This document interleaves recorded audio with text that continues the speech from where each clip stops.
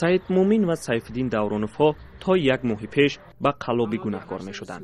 پرونده این پدر و پسر را شعبه وزارت کارهای داخلی ناحیه بلجوان آغاز کرده بود. در پی شکایت خانواده دورانوف‌ها، دادستان منطقه کلوب پرونده آنها را از روی تابعیت بر ریاست وزارت کارهای داخلی منطقه سپارید. وابسته به حالت مسئول نسبت هم پدرش هم نسبت هم فرزندش پرونده جنایتی آغاز کرده شده است. پرونده جنایتی نسبت پسرش به مورد 347 قسم 4 که در حالت پیشگی قرار داشت آغاز کرده شده بود. پرونده جنایتی بعد در اساس شکایت همه شهروندان از شعبه وزارت کارهای داخلی در ناحیه بلجوان گرفته شده برای منبع تفتیش با قسم منطقوی شعبه تفتیشاتی قسم منطقوی ریاست وزارت کارهای داخلی در گروه ناحیه کلوب برای تفتیش منبع داده شد. پدر و پسر با قسم سیوم و چهارم ماده 247 کودکس جنایی گناهکار می‌شدند. خانواده دورانوف‌ها پرونده سازی را نسبتشان فرمایشی می‌دانستند.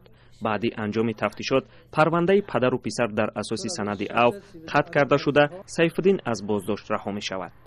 پرونده جنایتی را قسم منطقوی تفتیش کرد در اساس شکایت همون نفران روی تابعیت گرفتن منطقه دادیم، منطقه تفتیش کرد، پرونده جنایتی را قطع. نسبت دورانوف‌ها در حال پرونده باز شد که آنها با معاون پیشین رئیس ناحیه بلجوان و برادر وزیر نقلیات برای زمین دعوای دادگاهی داشت. سعید مومین دورانوف گفته بود که بعد دعوای زیاد و رسانه‌ای کردن آن نسبتشان پرونده باز شد. خانواده دورانوف‌ها این همه را به اساس می‌خواندند و می‌گفتند که آنها برعکس جبر دیده هستند.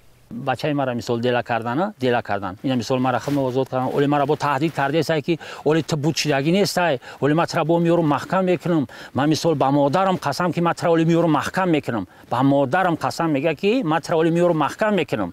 این رنگی نمی زکاس کردگی وری. اکنون سیفالدین از بازداشت آزاد و پرونده سعید مومین دورانوف قطع شد.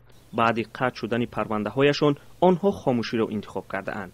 دیگر نمیخواهند در مورد گذشته صحبت کنند. اما نزدیکان دورانوف‌ها گفتند که با وجود پرونده فرمایشی بود ولی عدالت نسبتشان برقرار شد.